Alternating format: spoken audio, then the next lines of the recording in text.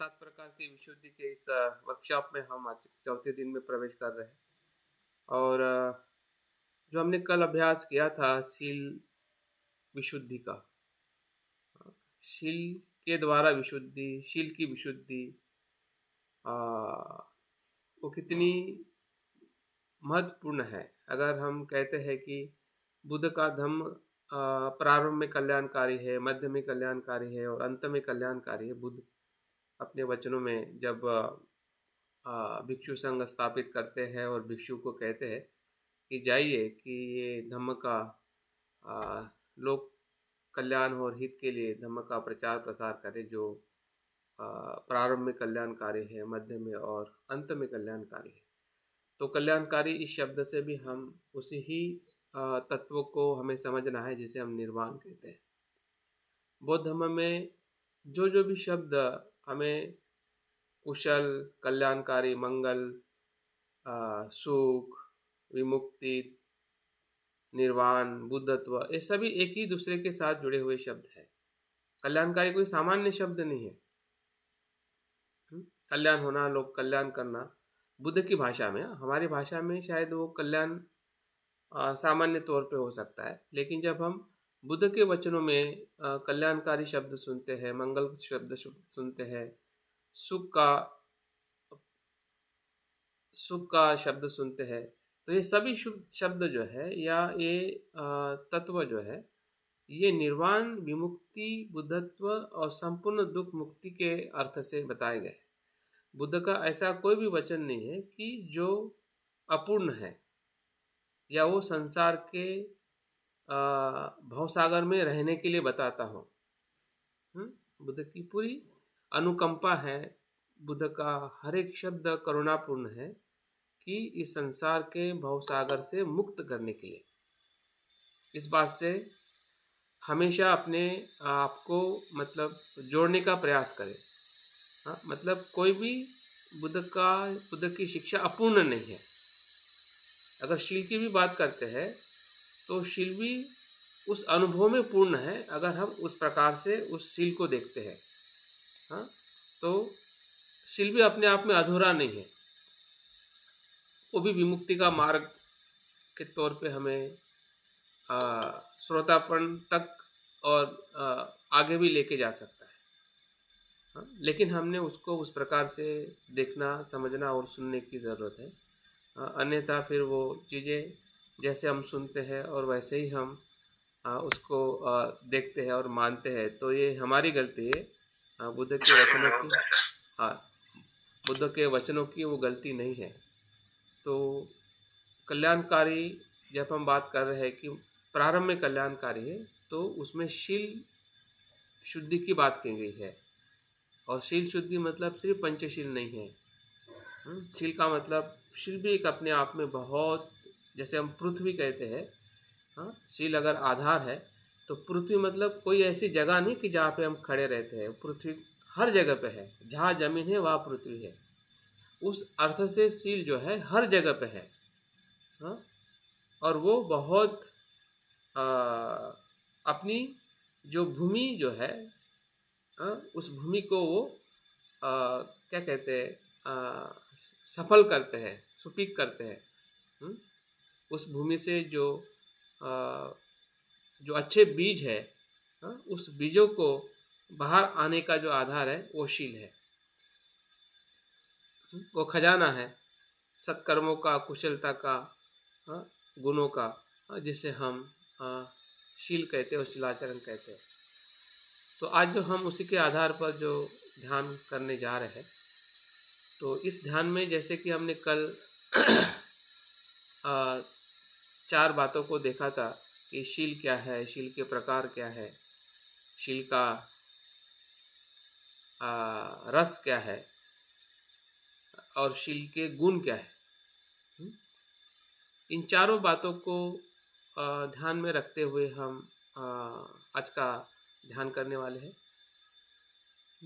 ताकि जो हमने कल अभ्यास किया, या हो सकता है कि उसके बाद में आपके मन में बहुत सारी जो उसकी सोचने की प्रक्रिया है, जिसे हम चिंतन कहते हैं, उस चिंतन से भी आप लोग गुजरे होंगे कि आपको लगा होगा कि ये बातें सही में कितनी गहरी है, और उस गहराई को कहीं न कहीं हमने अपने मन में या हमारे अस्तित्व में हमने देखने का प्रयास किया है।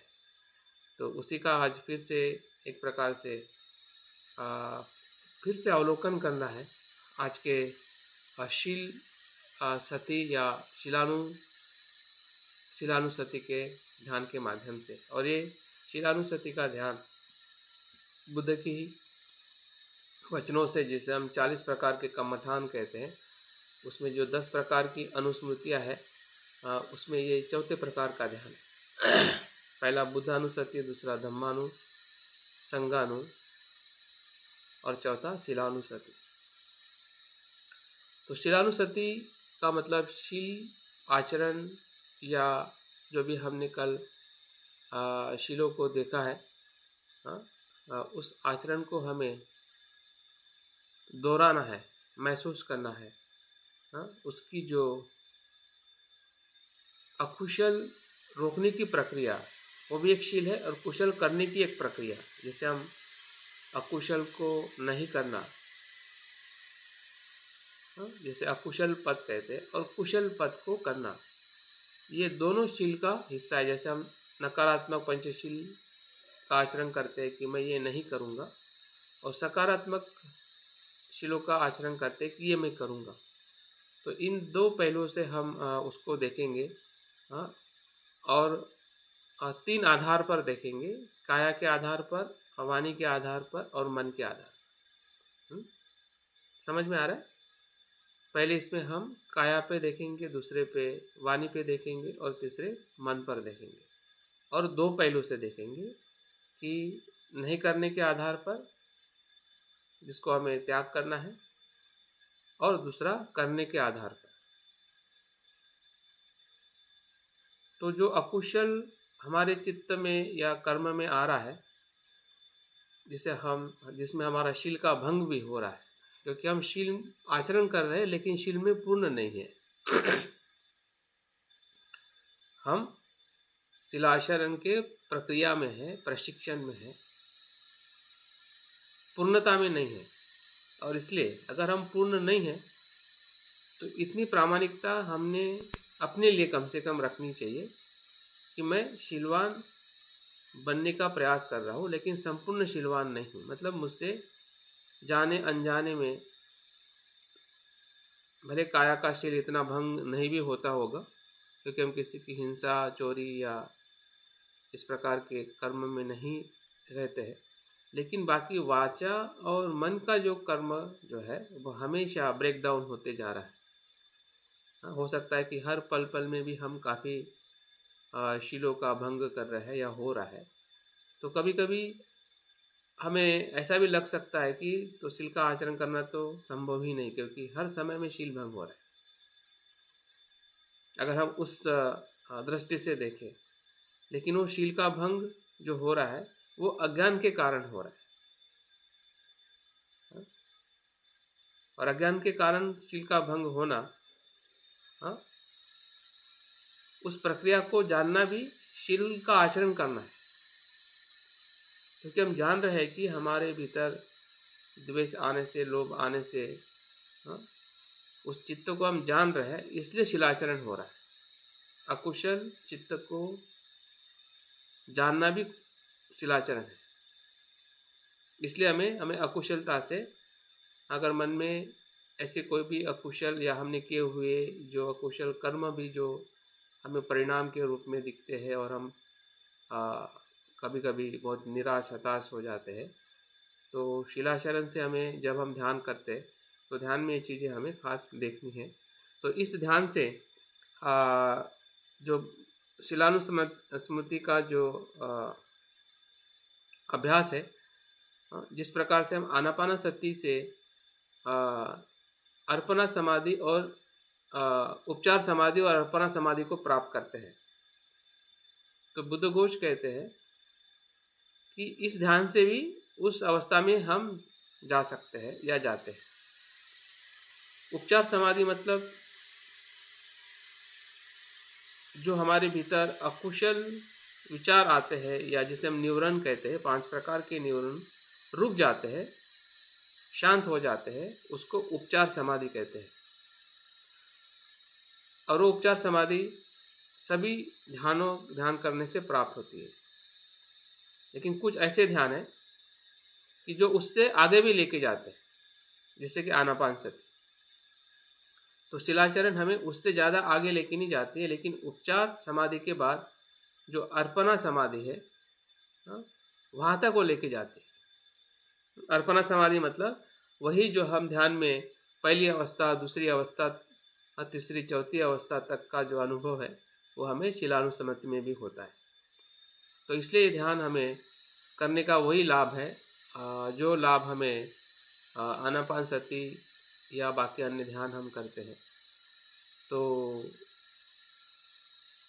उस प्रकार से उसके ध्यान के स्तर में भी अगर हम शिलाचरण को देखते हैं या शिलानुस्मृति को देखते हैं, जो हम शिलाचरण अपने जीवन में कर रहे हैं, उसी की ध्यान में स्मृति से और गहराई में उसका आनंद लेना, उसके संपर्क में आना, उसकी जो ऊर्जा है या शिलाचरण करने का जो एहसास है, जैसे कि हम सांस तो ऐसे भी लेते हैं, लेकिन आनापानसति में क्या होता है, उस सांस की जो गहरी अनुभूति है, उसका स्वरूप है, उसकी वेदना है, उसका जाने आने का जो भीतर एक आनंद है, सुख है, उसको हम प्राप्त करते हैं, उसका हमें अनुभव होता है जब हम सांस की स्मृति करते हैं, जिसे हम आनापानसति कहते हैं।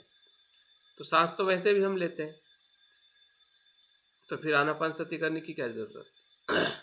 तो शिलाचरण तो हम वैसे भी करते हैं या कर रहे हैं, लेकिन उस समय जितनी हमारी अस्पष्टता होती है, थोड़ी कम जागृति होती है, या कुछ बातें हमसे छूट जाती है समझने में, वो सब बातें हमें ध्यान के अवस्था में जब हम उसके ऊपर अनुस्मृति करते हैं, अनुस्मृति का मतलब गहरा चिंतन करते हैं, उसके विभिन्न जो स्तर है चेतना के, जैसे कि हमने कल देखा था कि शिलाचरण मतलब सिर्फ पंचशील और 10 शील को ही समझना नहीं है, बल्कि वो चेतना भी है, चैतसिक भी है, उस अर्थ से भी हमें उसको देखना है।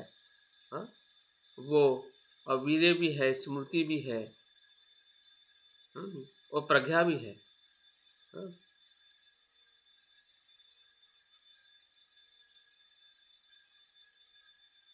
और वो एक ऐसी अवस्था है, अगर हम चेतना के और चित्त के रूप में देखें, कि वो आगे का जो निर्वाण का मार्ग प्रशस्त करता है। जिस भूमि पे हमें निर्वाण को प्राप्त करना है, वो ये शील की भूमि है, जो स्वयं के लिए और औरों के कल्याण के लिए, दोनों अस्तित्व को निर्वाण की तरफ ले जाने के लिए मदद करता है। अब देखिए, जब हम एक व्यक्ति सिलवान होता है या एक बौद्ध होकर जब हम शील का आचरण करते हैं, तो वो दोनों का कल्याण करता है। शील से स्वयं का तो करता ही है, लेकिन ऐसा नहीं होता है कि वो स्वयं का ही करता है, उसी समय वो औरों का भी करता है, क्योंकि शील लोगों के साथ जुड़े हुए हैं। अगर कोई वस्तु नहीं होगी तो किसकी चोरी करोगे, अगर इंसान ही नहीं होगा तो किसको आप मारोगे। अगर बाहर भौतिक अस्तित्व ही नहीं तो आप किसको देखोगे, कैसे आपकी इंद्रिय वर्क करेगी। तो जो आप कर्म कर रहे हैं, जो हमारा शिलाचरण हो रहा है, अगर वो दुराचरण के तौर पे जा रहा है तो हानि हो रही है स्वयं की और औरों की। अगर वो सदाचरण की तरफ जा रहा है तो स्वयं की और औरों का लाभ हो रहा है, मतलब दोनों का भी कल्याण है।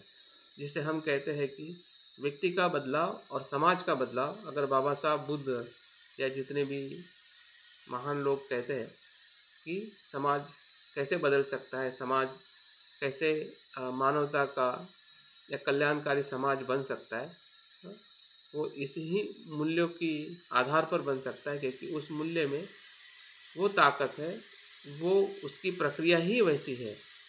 जैसे कि आपने सुना होगा कि एक तीर में दो निशान, ये कोई मतलब ऐसे ही कहावत नहीं है, ये सत्य की अनुभूति है। हाँ, किसी पक्षी को मारने के लिए वो कहावत नहीं है, ये सत्य की अनुभूति है कि एक तीर में दो निशान, मतलब एक ही कर्म करिए उसमें दो लाभ मिलते हैं, क्योंकि एक अस्तित्व में हमेशा उसका जो सह अस्तित्व जुड़ा हुआ है, इसलिए उसको कहते हैं कि एक तीर में दो निशान। क्योंकि कभी भी एक चीज अपने आप में एक नहीं है, एक कर्म जो है, एक विचार जो है, वो अपने आप में एक नहीं है, स्वतंत्र नहीं है, वो दूसरे वस्तु से संपर्क में आने से ही विचार बनता है। आपका या हमारा अस्तित्व जो है पंचस्कंद से बना है। आप जो सोच भी रहते हैं, सोचते भी है, तो कोई विषय आपके भास में संपर्क में आता है तभी सोच निर्माण होती है, अन्यथा सोच निर्माण नहीं होती। आपकी वेदना किसी के तभी निर्माण होती है कि किसी वस्तु के साथ वो संपर्क में आते हैं, उसको हम वेदना कहते हैं। तो वेदना अपने आप में वेदना नहीं है, तो उसका जो स्पर्श हो रहा है उससे वेदना आ रही है। मतलब वेदना क्या है, दो बातों को बताती है कि इंद्रिय और विषय, उसका स्पर्श मतलब वेदना है। अगर आप वेदना को जानते हैं तो दो बातों को जानना जरूरी है, और जब आप दो बातों को जानते हैं तो वेदना का जो स्वयं का अस्तित्व अपने आप में समाप्त हो जाता है, या उसके प्रति जो हमारी गलत धारणा है कि वेदना ऐसी है, वैसी ऐसी होनी चाहिए, नहीं वैसी नहीं होनी चाहिए, या उसको हम लोभ और द्वेष के भाव से देखते हैं, वो वहाँ पे अपने आप समाप्त हो जाएगा। क्योंकि हम उसको उस सत्यता में, हाँ, एक में दो देखने का या एक में अनेक देखने का जब हमारा अनुभव होने लगता है, तो हम अनात्मा और सत्यता के स्वरूप में प्रवेश करते हैं। तो भले हम शील का अनुभव कर रहे हैं, लेकिन शील में ही समाधि और प्रज्ञा जुड़ी हुई है।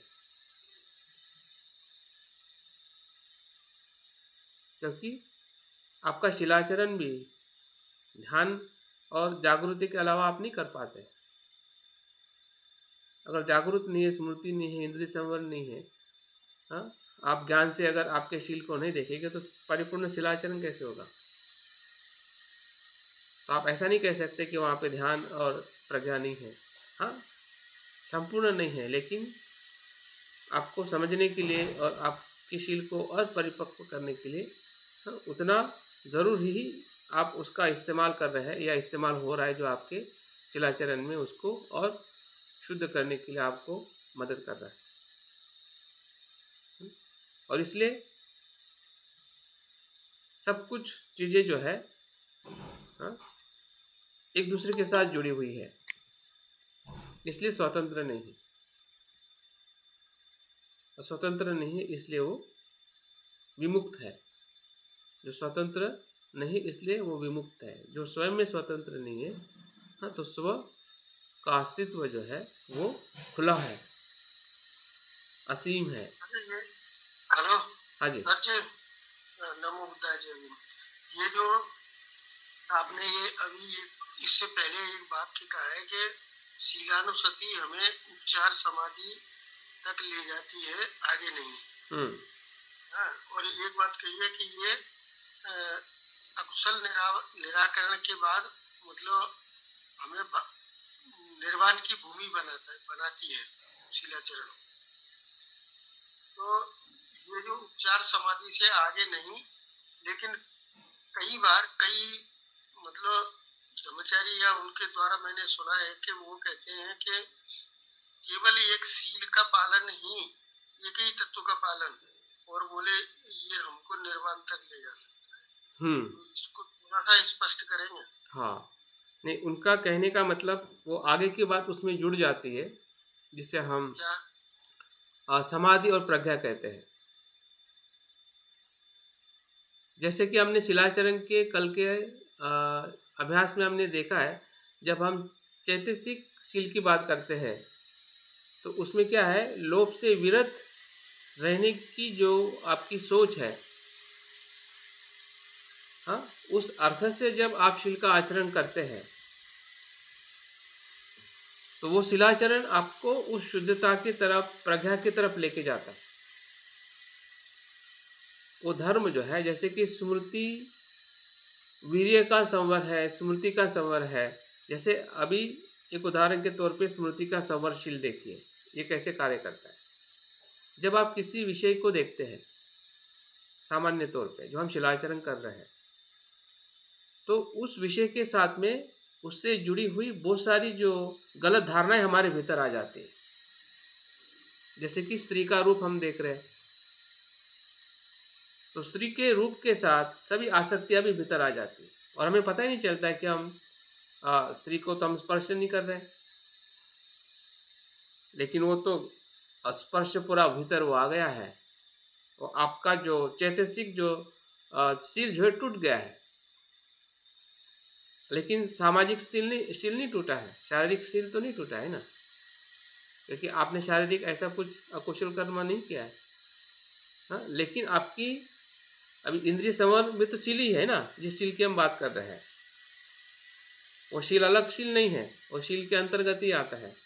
हाँ, एक काया का शील वो भी शील में आता है, और संवर, इंद्रिय संवर शील भी शील में आता है।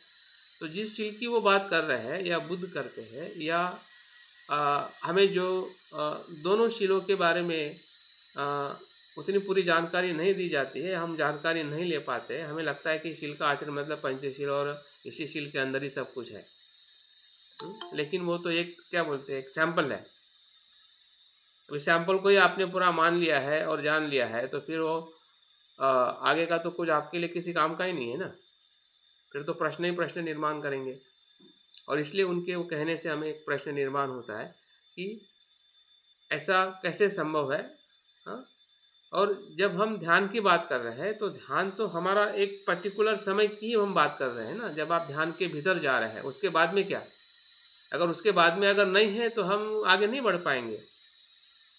हाँ, क्योंकि हर मतलब वो शील टूटते रहेंगे। हाँ हाँ, वो ब्रेक हो जाएगा, ब्रेक डाउन हो जाएगा।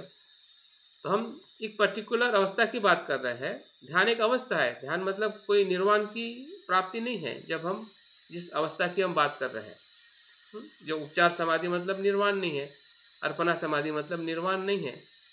हाँ, निर्वाण तो वो है कि जहाँ पे लोभ द्वेष मोह जो है वो प्रज्ञा से टूटते हैं, नष्ट होते हैं, वो निर्वाण है, या उस प्रक्रिया। उपचार समाधि जो है, ये आपने कहा ना कि निर्वाण नहीं है। हाँ, थोड़ा सा इसको उपचार समाधि को कुछ शब्दों में एक्सप्लेन करिए, फिर हाँ, बात करें। उपचार का मैंने पहले भी बताया और अभी भी बताया। उपचार मतलब जैसे कि उदाहरण में बताया गया है कि जैसे हम किसी गांव के भीतर प्रवेश करने वाले होते हैं, हाँ, तो वो जो प्रवेश द्वार है मतलब उसके एकदम समीप जाते हैं।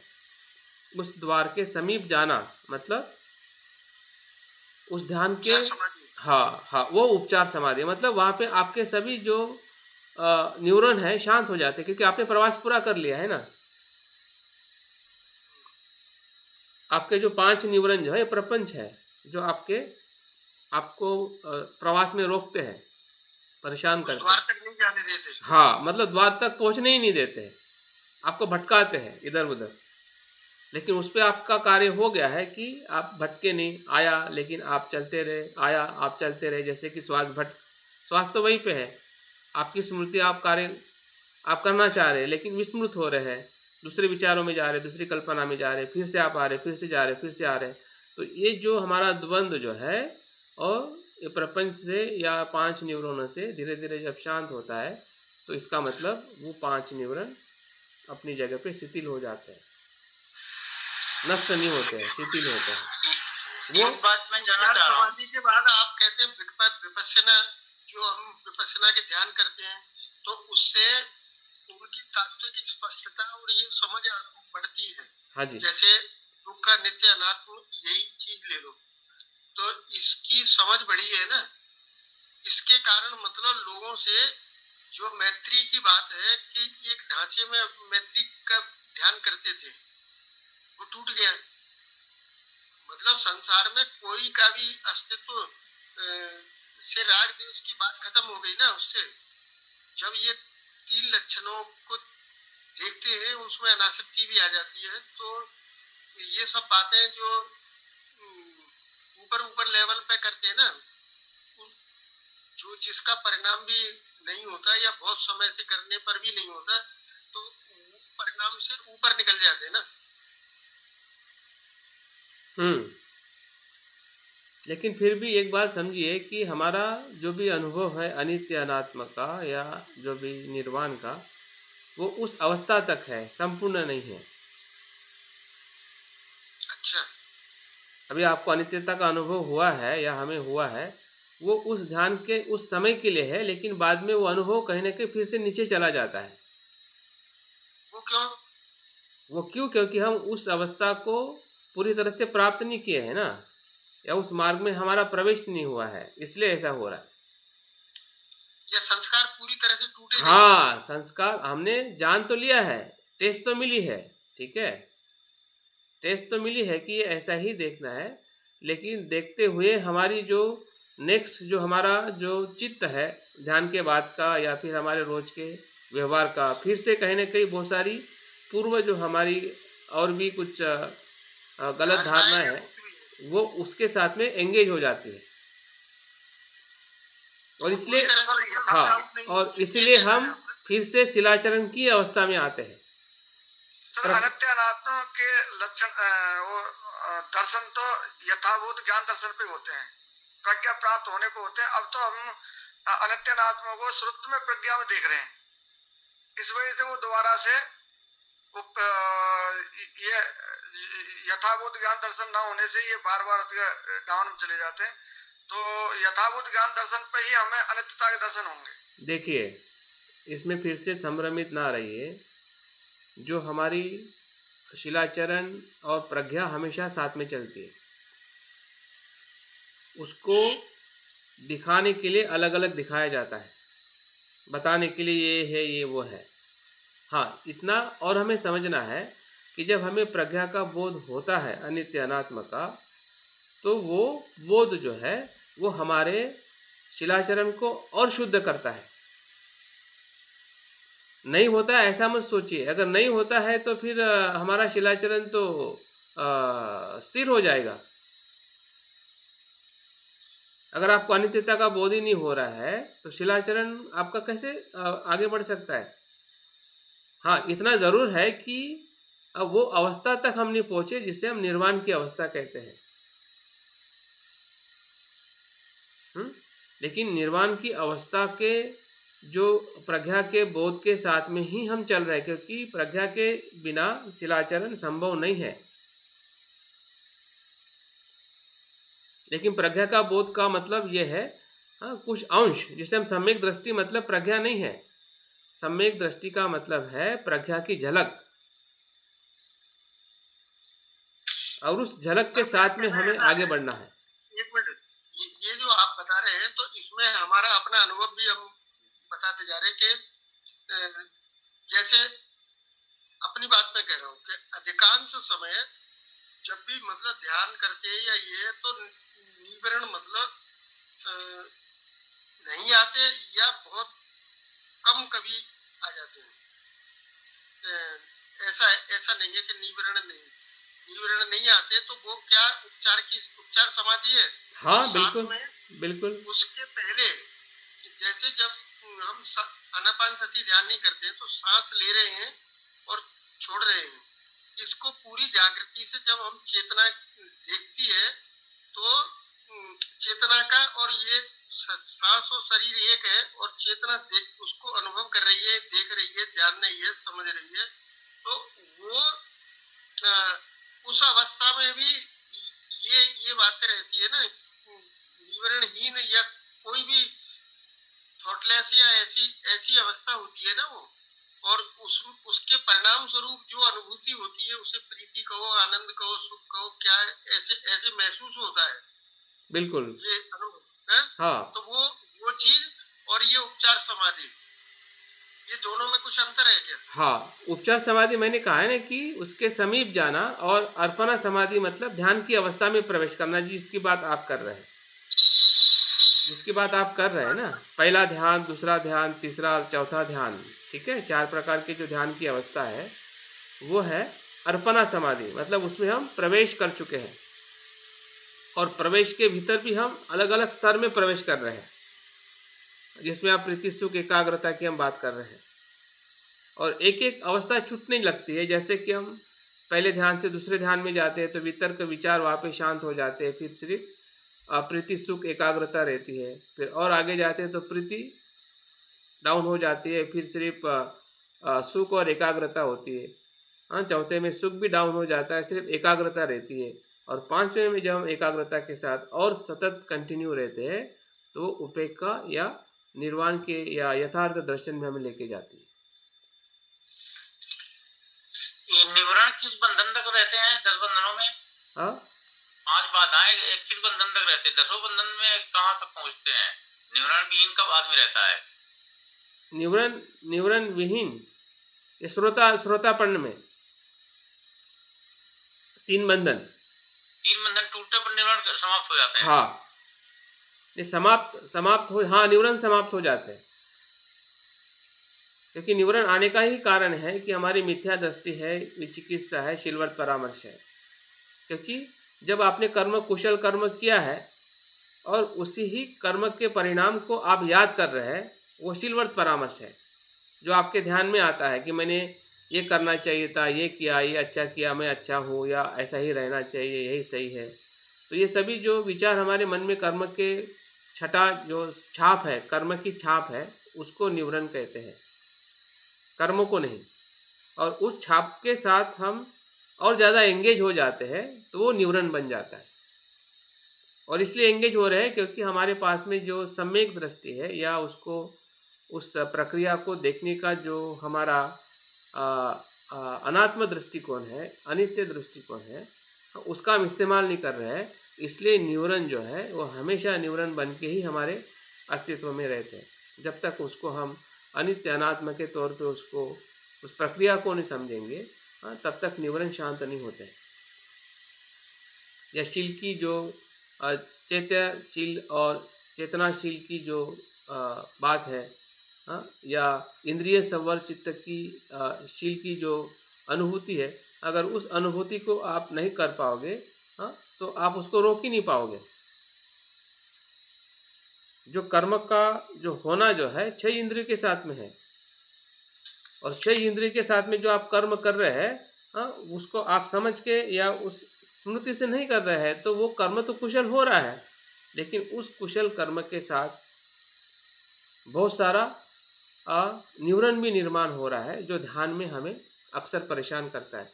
कर्म में परेशान नहीं करेगा कि कर्म में तो हम आनंद ले रहे हैं, कुशल कर्म में हम आनंद ले रहे हैं, इसलिए कर्म करते समय आपको वो पता नहीं चलेगा क्योंकि हम जागरूक नहीं हैं। लेकिन जैसे आप जागरूक होने की प्रक्रिया में आते हैं, ध्यान जागरूक होने की प्रक्रिया है, तो आपने वो जो कुछ भी लिया है, उसके निमित्त के साथ में जो उसका जो बाह्य स्वरूप जो आपके भीतर आया है, जो नहीं आना चाहिए था, जो अनावश्यक है, वो भी अंदर आ गया उस कर्म के साथ। तो वो कर्मशील वो एक ही है, कर्मों को ही हम शील कहते हैं। और इंद्रिय से ही वो शीलाचरण कर्म जो है वो बनता है या हम करते हैं। जैसे बताया ना, उत्पन्न शील कहाँ से होता है? संकोच और लज्जा से। अगर संकोच और लज्जा है तभी शिलाचरण है, अगर संकोच और लज्जा नहीं है तो वहाँ पे शिलाचरण घटित नहीं होता है। और शिलाचरण घटित नहीं होगा तो क्या होगा? वो आपका निवरण के रूप में हमारे जीवन में वो अस्तित्व में काम करेगा, बाधा बन जाएगी, अड़चन बन जाएगी। आपने एक उपमा अभी दी थी ना कि स्मृतिशील यहाँ कैसे मतलब काम करेगा, इसका थोड़ा सा ये स्मृति संवर जो बताया ना कि स्मृति संवर में बताया जाता है कि आप एक मिनट, स्त्री को हम देखते हैं और स्त्री हमारे अंदर आ जाती है, या स्त्री पुरुष को देखती है तो पुरुष उसके अंदर चला जाता है। तो वो जाना माने पूर्व जो संस्कारित चित्त है वो जिंदा हो जाता है। मतलब आप यहाँ पर फिर स्मृति संवर कैसे काम करेगा और उससे हम इस चीज से कैसे बाहर निकलेंगे या हमारा सील ब्रेक ना हो, हाँ, वो कैसे करें? तो इंद्रिय संवर में बताया गया है कि जब आप किसी वस्तु को देखते हैं या कोई विषय आपके इंद्रिय के सामने आता है, तो उस विषय को ही देखिए। विषय के इर्द गिर्द जो चीज़ें उत्पन्न होती है कि ये कितना सुंदर है, ये मुझे ऐसा होगा वैसा होगा, हाँ, ये उसके प्रति जो एक उसका बाह्य जो स्वभाव है, हाँ, बाह्य जो आकर्षण है ना, उस आकर्षण के साथ में उसको मत देखिए। उसको हाड़ पंजर और हाँ हाँ हाँ हाँ हाँ हाँ, उसके जो मूल स्वरूप में देखिए कि हाँ, स्त्री स्त्री है या मनुष्य है, हाँ, उसको मुझे वैसे ही देखना है जैसा उसका अस्तित्व है। मतलब फिर से वहाँ पे जो ज्ञान की बात आ गई, या उसको देखने का जो हमारी जो स्पष्टता है या चिंतन है, या जैसे हम दूसरे अर्थ में अनात्म अनित्य की बात करते हैं, वही उसके उस विषय के बोध में अगर आती है, तभी वो स्मृति जो है इंद्रिय संवर में परिवर्तित होती है। अगर वो आपका आगे उससे संबंधित जो भी विषय वासना है या भोग वासना है, वो आगे नहीं बढ़ पाएगी। हाँ हाँ हाँ, कुछ समय तक बढ़ेगी, जब तक वो उसका सराव नहीं होगा। लेकिन जैसे जैसे हम इंद्रिय संवर की शील को, अभी देखिए शीलाचरण 2 स्तर में होता है, एक प्रशिक्षण में और एक संपूर्णता में। हम हमेशा संपूर्णता में शील में देखना चाहते हैं, लेकिन संपूर्ण शील वो अभी हमारा विषय नहीं है। हमारा प्रशिक्षणशील की बात कर रहे हैं, और प्रशिक्षणशील में क्या है कि हम संपूर्ण नहीं होते हैं।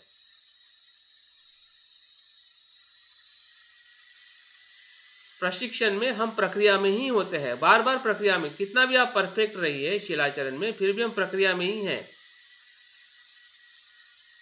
जब तक हम प्रशिक्षण और संपूर्ण शील, हाँ, प्रशिक्षण मतलब उसमें पूरी तरह से क्या कहते हैं, शिलाचरण टूटने की पूरी संभावना है। शिलाचरण टूटते हुए हमें शिलाचरण करना है। शिलाचरण करते हुए हम शिलाचरण अभी नहीं कर सकते हैं। या उस अवस्था में हम प्रवेश तभी करते हैं कि जब हम श्रोतापन्न की अवस्था में, या जब हम शिलाचरण को ध्यान में लेके जाते हैं, चित्त शुद्धि में ले जाते हैं। अभी हम शील शुद्धि की बात कर रहे हैं। शिलाचरण या शील तभी पूर्ण होता है जब उसको हम चित्त शुद्धि में पूर्ण करते हैं। क्योंकि शिलाचरण जो बात यहाँ पे की जाती है, जिस ज़्यादा फोकस किया गया है, वो 2 स्तर पे कहा गया है, काया और वाचा। शील का मतलब काया और वाचा, और इसलिए वहाँ पे संपूर्ण शिलाचरण नहीं होगा। जिस शील के बारे में हमें लगता है कि संपूर्ण शील का आचरण कैसे किया जाता है और कब होता है, प्रशिक्षण के तौर पे अभी हम शिलाचरण कर रहे हैं। गलती अभी हो रही है और हमें समझ में भी आ रही है कि हाँ, शिलाचरण टूट रहा है, हाँ, और उस शिलाचरण से टूटते हुए हम उससे दूर होने का, या उसकी जो अनुभूति है या उसका परिणाम के साथ उसको हम समझने का प्रयास कर रहे हैं। परफेक्ट नहीं है, याद रखें, प्रशिक्षण में हम परफेक्ट नहीं है। परफेक्ट होने की प्रक्रिया आगे है, अभी नहीं है। लेकिन जो बुद्ध के अनुभव से जो चीज़ों को हम सुन रहे हैं, हाँ, जैसे कि स्मृति है, ज्ञान से देखना है, स्मृति से देखना है, हाँ, तो हम थोड़ा उस प्रज्ञा के अनुभव का यहाँ पे इस्तेमाल कर रहे हैं। हम प्रज्ञावान नहीं है, उसका हम इस्तेमाल कर रहे हैं, उसका उपयोग कर रहे हैं कि इसको इंद्रिय स्मृति से भी देखना है, ज्ञान से भी देखना, अनित्य रूप में भी देखना है।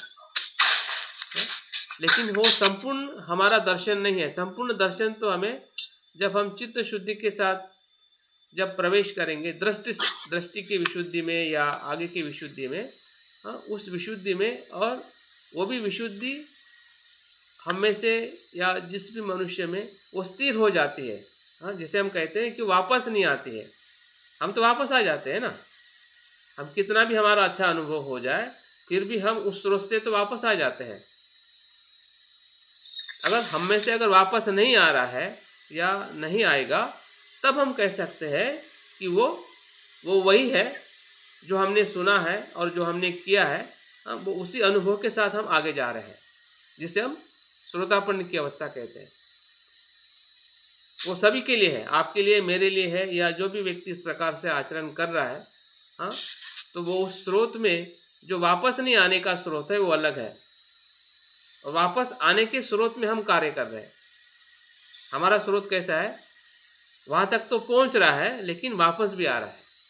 हमारा चित्त, हमारा जो अस्तित्व जो है, हाँ, उस स्रोत का अनुभव तो लेता है। अनित्य अनात्म या जो भी दृष्टि टूट रही है, हाँ, हाँ, लेकिन बाद में फिर दृष्टि बन भी जाती है। मिथ्या दृष्टि टूट जाती है लेकिन मिथ्या दृष्टि बन भी जाती है। तो टूटने का मतलब संपूर्ण नहीं टूट रही है, हाँ?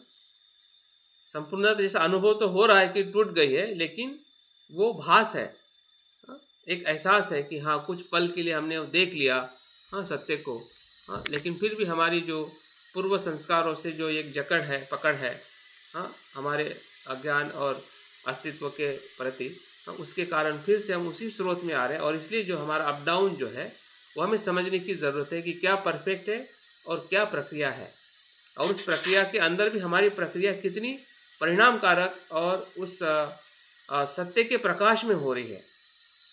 सत्य के प्रकाश में आचरण करना और अंधेरे में आचरण करना, अनित्य को समझ के आचरण करना और अनित्य को समझ के नहीं समझ के आचरण करना, दोनों आचरण है।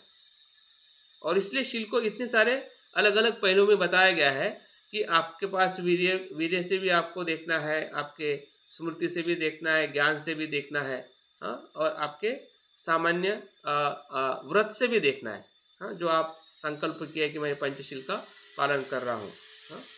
तो इतने स्तर में शील में ही सब कुछ आया है, लेकिन शील परफेक्ट नहीं है, हाँ।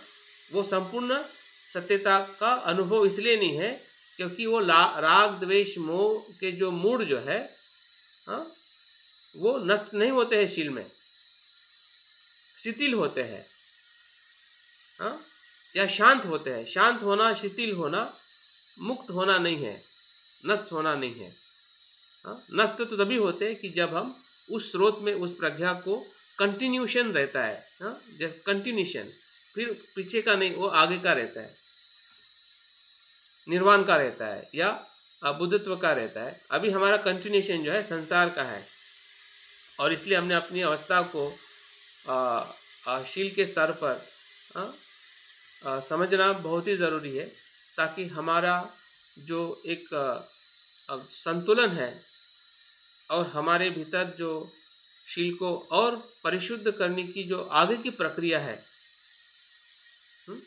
उसके प्रति हम और ज़्यादा संवेदनशील हो सके, या उसके कार्य को हम मजबूती से, या कह सकते हैं कि और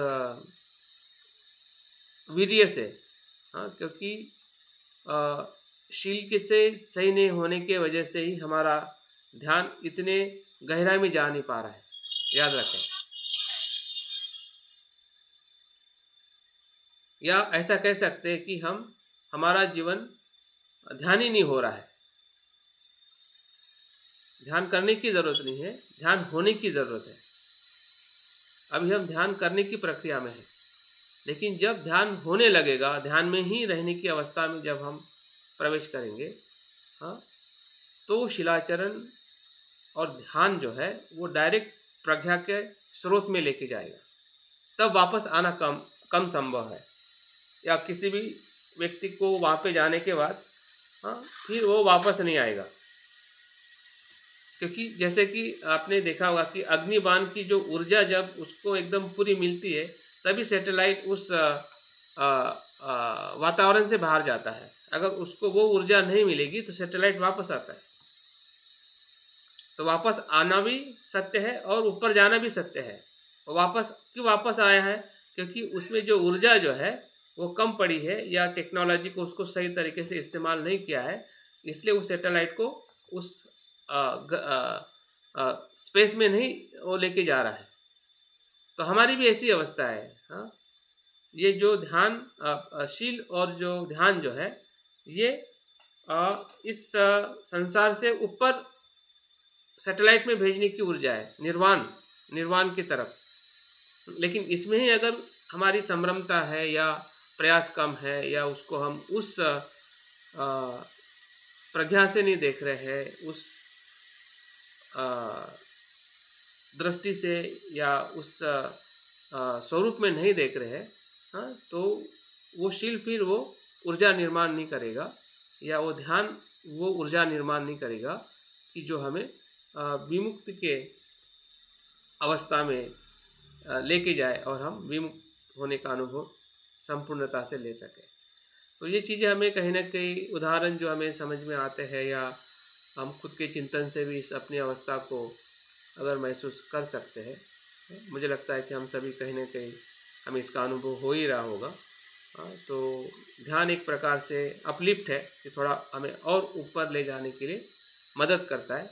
फिर वो शील हम इधर भी शिलाचरण कर रहे हैं और ध्यान में भी हम शिलाचरण करने की जो स्मृति कर रहे हैं, तो उसको हम थोड़ा और प्यूरीफाई होके देखने का प्रयास करते हैं कि शिलाचरण सही में क्या है, किस प्रकार से। अभी एक निवेदन मुझे करना है, ये अभ्यास आप कर रहे हैं वो आप अपने जैसे फ्रेम किया करिए, लेकिन जो इससे बहुत सारे सवाल हुए हैं और वो हम सवालों की चर्चा करते रहेंगे। वो चर्चा से मुझे लगता है न वो याद रहेगी, न हम चाहे कितना भी नोट करें तब भी नहीं वो आएगी।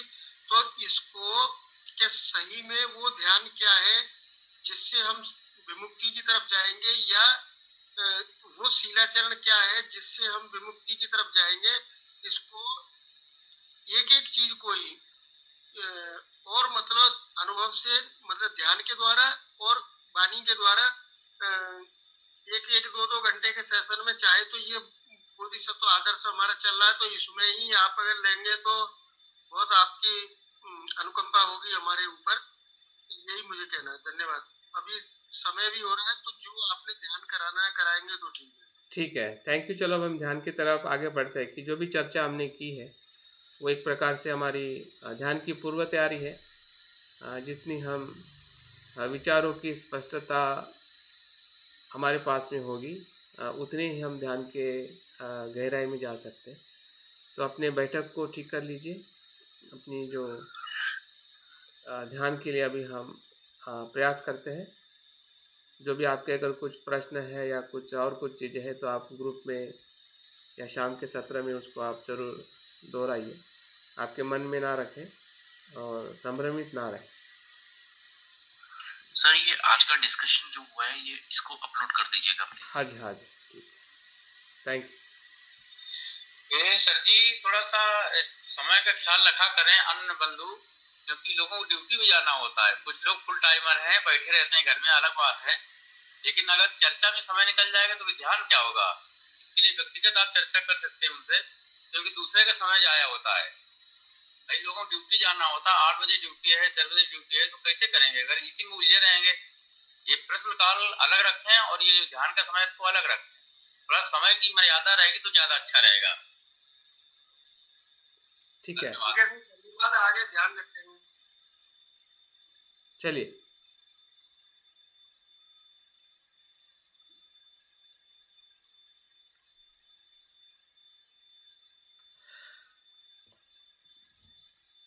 तो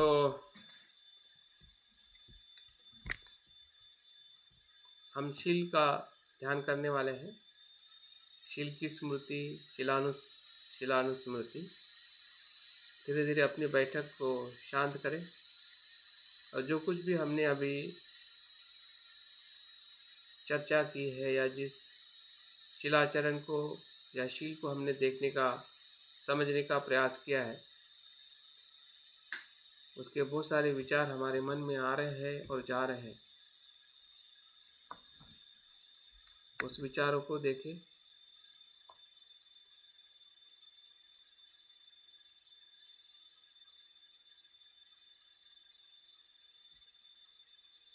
और संकल्प करें कि ये ध्यान हम शील की स्मृति का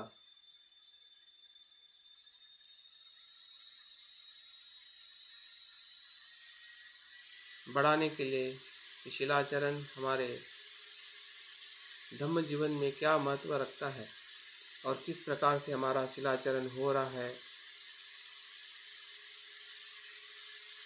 उन सभी पहलुओं को हम इस ध्यान के माध्यम से जागृति से देखने वाले हैं।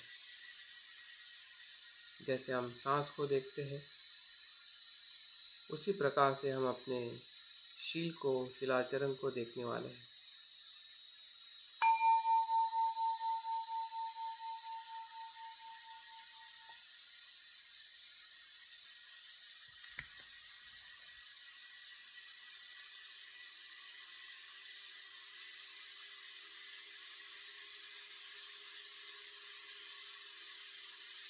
हमारी ध्यान की शुरुआत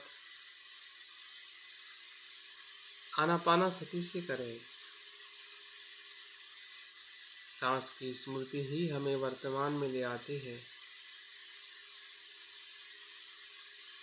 जो कुछ भी विचारों का भवंडर किसी भी स्वरूप में हमारे अस्तित्व में है,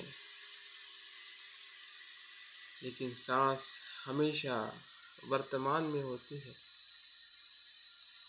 सांस को देखते देखते हम वर्तमान में आ रहे हैं, जहाँ पे शिथिलता है, शांति है, सुकून है।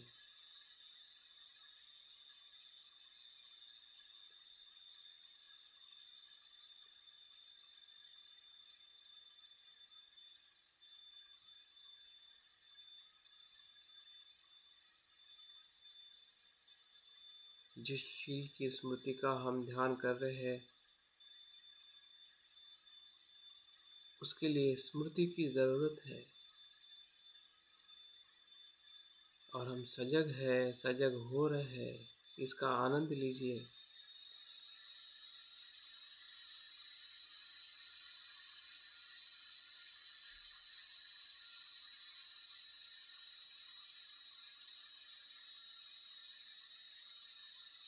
क्षण प्रति क्षण सांस का आना और जाना, और क्षण प्रति क्षण स्मृतिमान होना,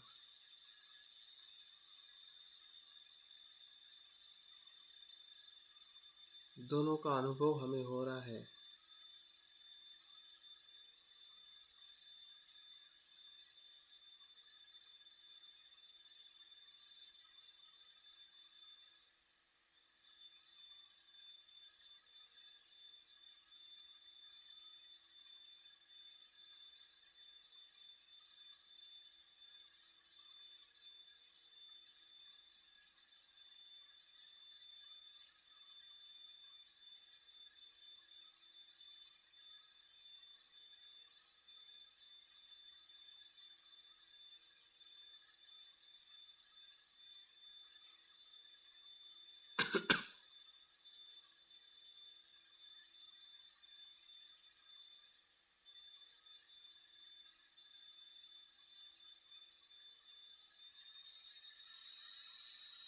इसी स्मृति के प्रकाश में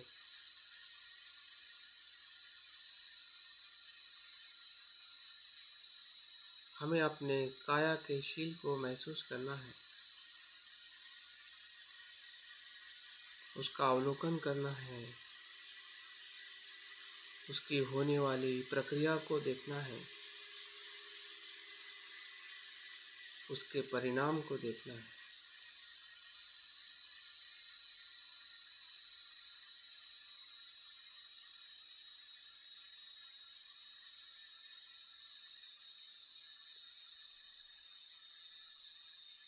हमारे काया के शील को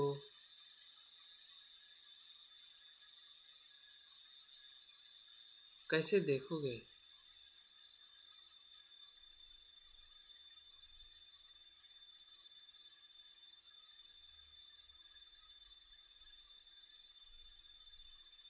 जो हमने कर्म किए हैं और अभी हम कर्म कर रहे हैं,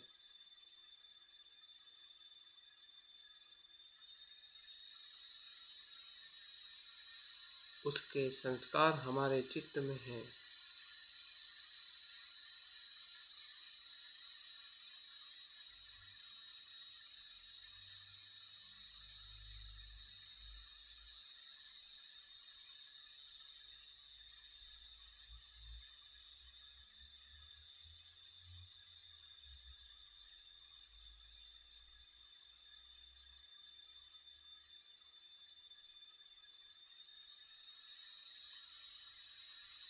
देखिए, काया का शील में 3 प्रकार के शील हम काया से आचरण करते हैं या कर चुके हैं या करने वाले हैं। यही काया है जिस काया को हम महसूस कर रहे हैं, सर से लेके पांव तक।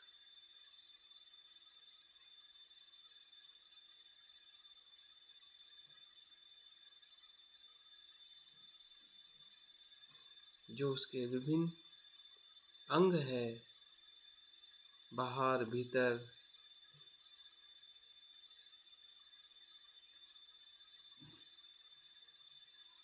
5 इंद्रिय है, आँख, कान, नाक, जीभ, त्वचा, जिससे हमारे काया के कर्म बचपन से लेके अभी तक इसी 5 इंद्रियों से कर्म हुए हैं।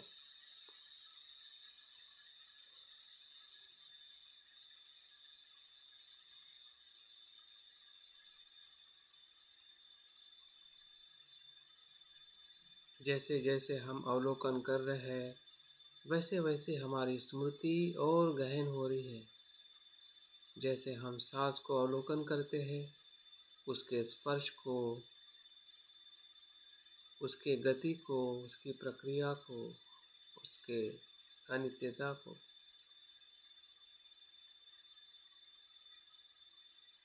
वैसे वैसे हमारे पूर्वग्रह धारणाएं, मिथ्या दृष्टि टूटते लगती है। वैसे ही हमारे शील के प्रति जो मिथ्या दृष्टि है, धारणाएं हैं, टूटते जा रही हैं।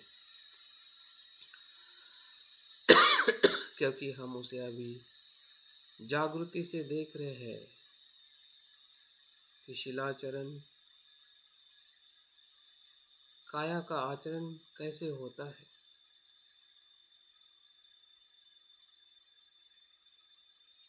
कहाँ पर होता है, कुशल होता है या कुशल होता है।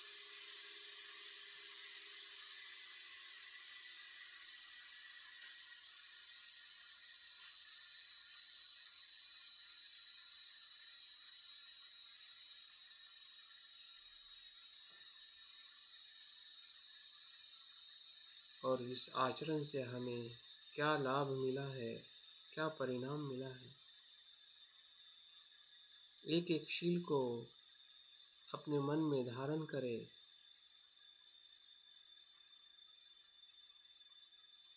पानातिपाता वेरमणि सिक्खापदं समादियामि। मैं किसी भी जीव मात्रा की हिंसा करने से विरत रहता हूँ। मैं हिंसा नहीं करता हूँ, नहीं करूँगा।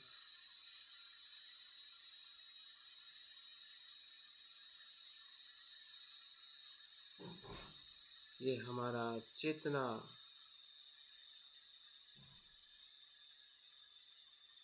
या व्रत का चित्त है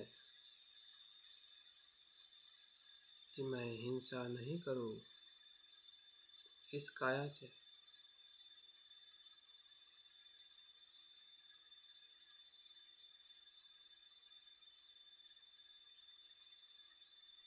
काया तो अभिव्यक्ति है, लेकिन इस अभिव्यक्ति के भीतर इरादा है, चित्त है, मन है।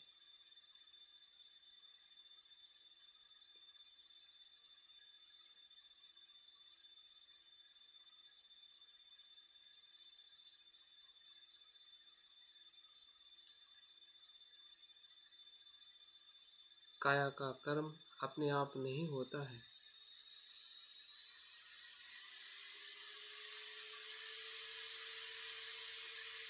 वो मन की ही अभिव्यक्ति है।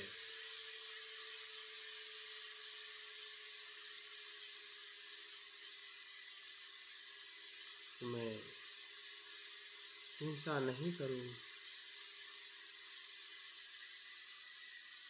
या नहीं कर रहा हूँ।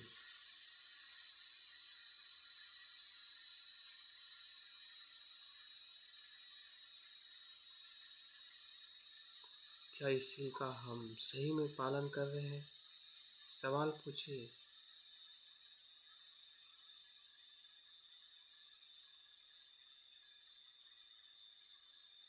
तो किस प्रकार से मैं पालन कर रहा हूँ? मैं किसी को, जीव मात्रा को नहीं मारता हूँ। किसी की मैंने हत्या नहीं की है, ना हत्या करने का मेरा इरादा है, ना भूतकाल में था, ना अभी है, ना कल रहेगा।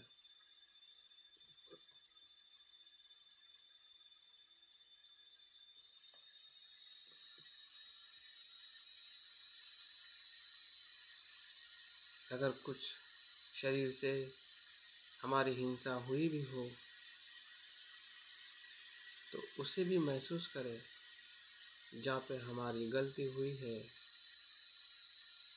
अकुशल कर्म हिंसा का हुआ है,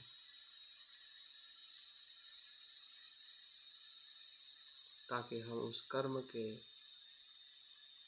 पाप से मुक्त हो सके।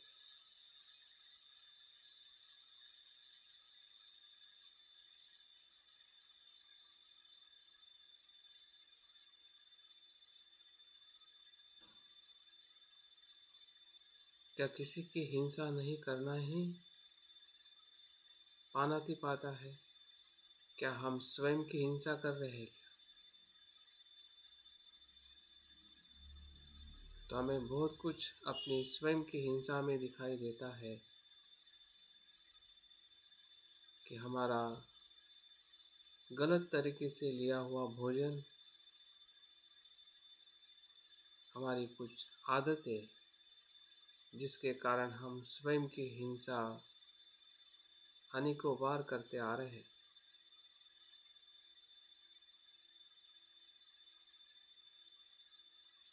क्या ये हिंसा हिंसा नहीं है?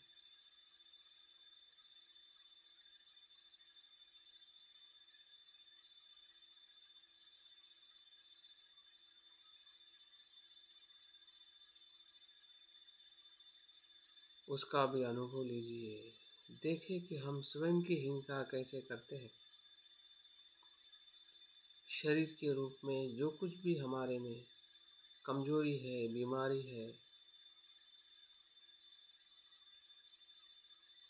भय है,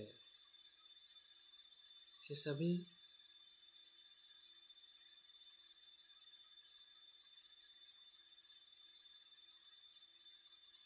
किस कारण उत्पन्न हुआ है?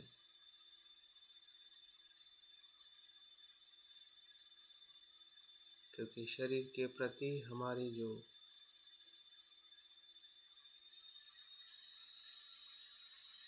धारणा है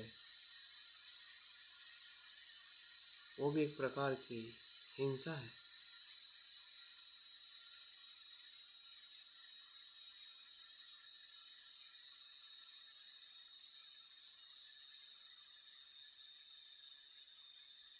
हर पहलू से देखें, हिंसा के शील से विरत रहने की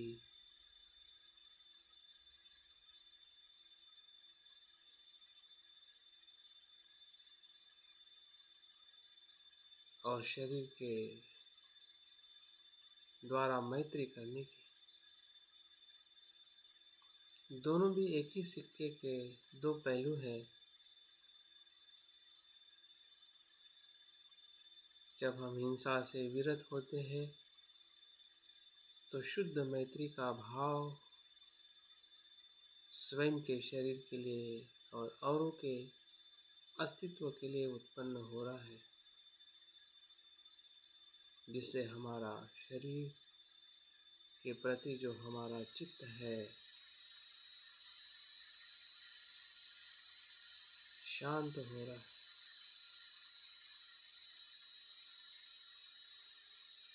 क्योंकि वहाँ पे ना हिंसा है स्वयं की, ना औरों की। इसलिए वह मैत्री है।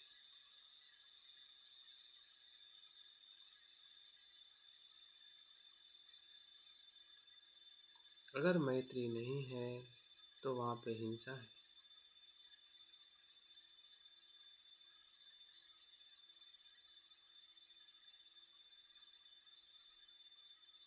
भूतकाल में अनेकों बार ऐसा हुआ है। इस काया से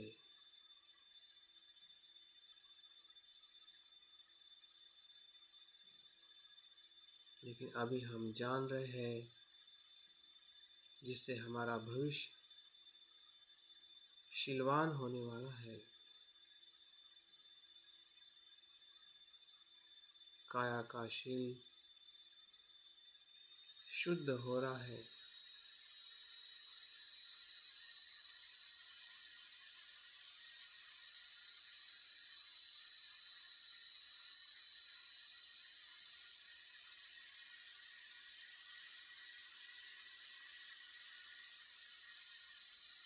वैसे ही दूसरा शील देखिए, पहचानिए, अपने पूर्व अनुभव में ढाक कर देखें।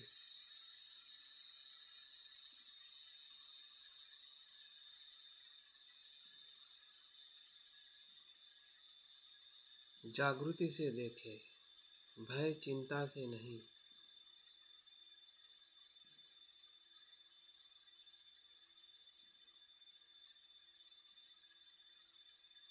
हमने किसी वस्तु की चोरी से विरत रहने का व्रत लिया है और उस व्रत का हमने पालन किया है या कभी नहीं भी किया है।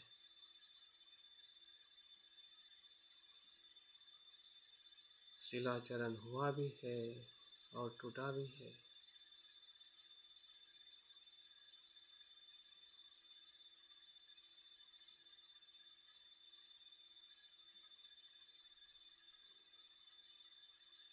अभी हमें गहराई पता चल रही है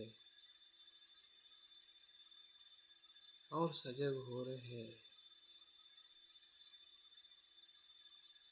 अदीन दाना वेरमणि सिक्खापदम समाधि।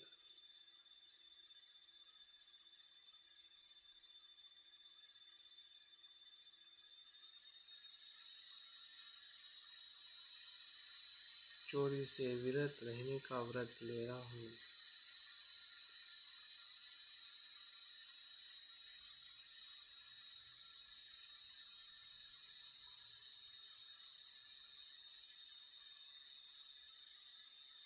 और मेरे अस्तित्व का, मेरे वस्तु का दान का भाव इस शरीर से व्यक्त कर रहा।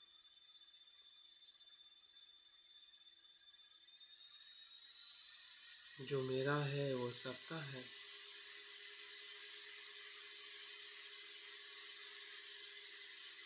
इस दान भावना से भी हम काया के शील को महसूस करें। जो हम दान करते हैं वो इसलिए नहीं कि उनकी ज़रूरत है, बल्कि इसलिए हमारे पास में जो है वो सभी का है, सभी के लिए है।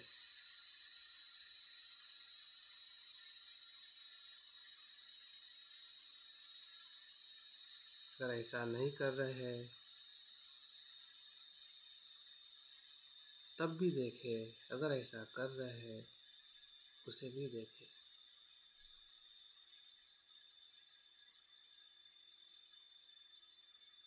तभी हमारा शील शुद्ध होता है, नैसर्गिक होता है।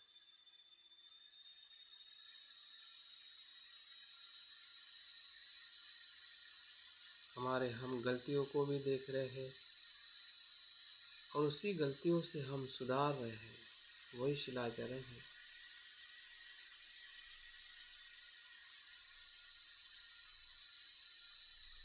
जब हम गलतियों को ही नहीं देखेंगे तो शिलाचरण संभव नहीं है।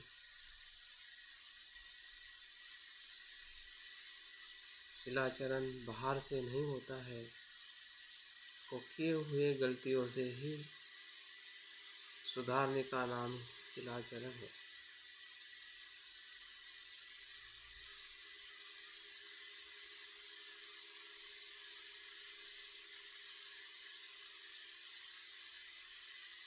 जो काया से इस शील का हमने अनेकों बार भंग किया है,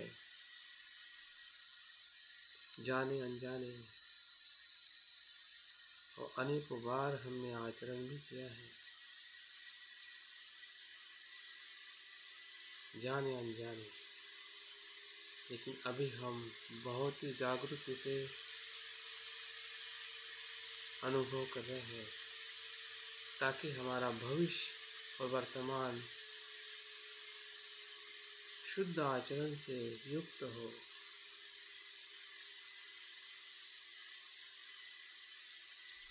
कम से कम भूल हो, कम से कम दुराचरण हो।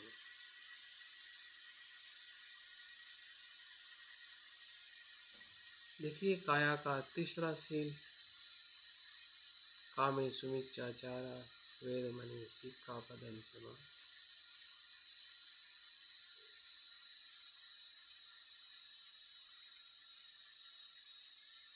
लैंगिक दुराचारों से विरत रहने का जो व्रत है,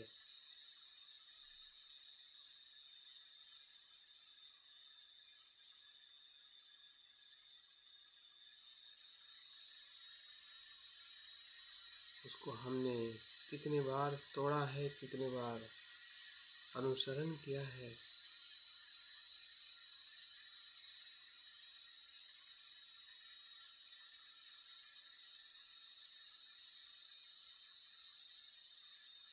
और उसी के साथ जो सकारात्मक शील है, संतुष्टि, समाधान, शांति,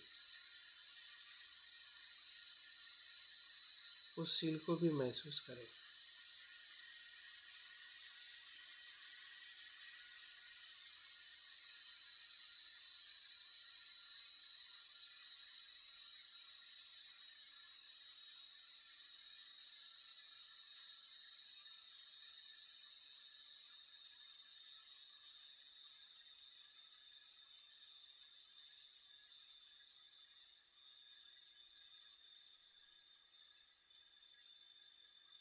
ये तीनों शील हमारे शरीर की शुद्धिकरण की प्रक्रिया है। इसी से हमारा शरीर शुद्ध होता है।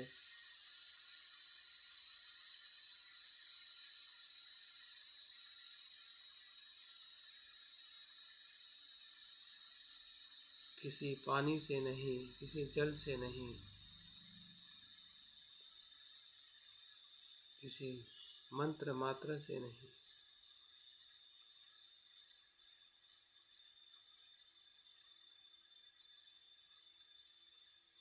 किसी और से नहीं,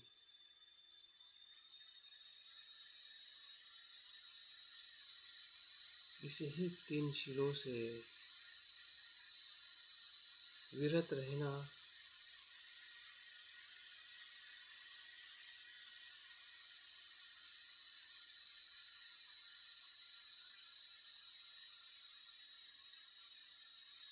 और शरीर का सदुपयोग करना,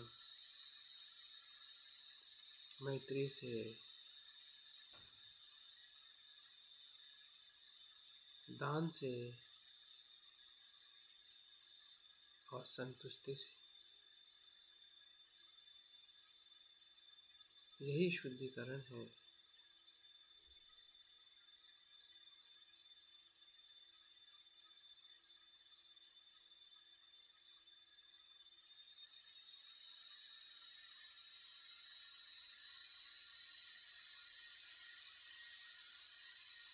काया की शुद्धि,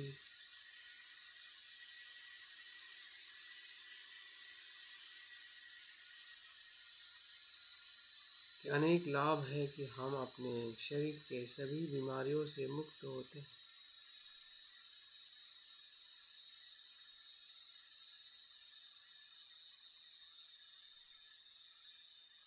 शरीर के प्रति हमारी जो गलत धारणाएं हैं, भय है, चिंता है, उससे हमें मुक्ति का अनुभव होता है।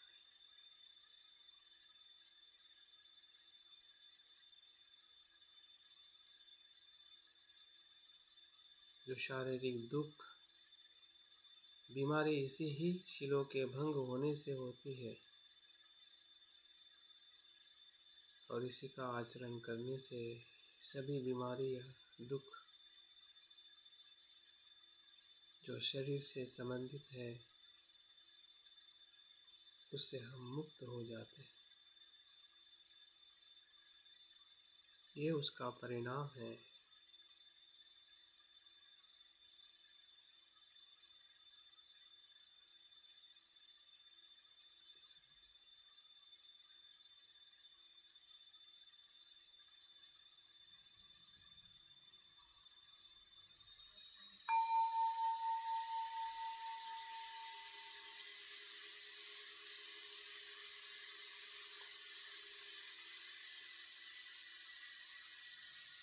आखिरी व अंतिम चरण में हमें अपने वाचा के शील का अनुभव करना है।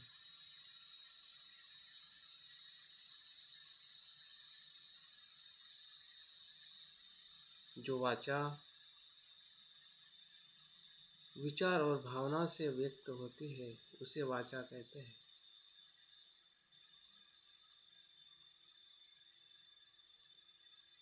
वाचा एक प्रकार से शब्दों को अभिव्यक्त करती है,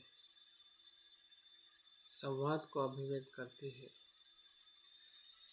दो व्यक्ति के बीच के संबंध को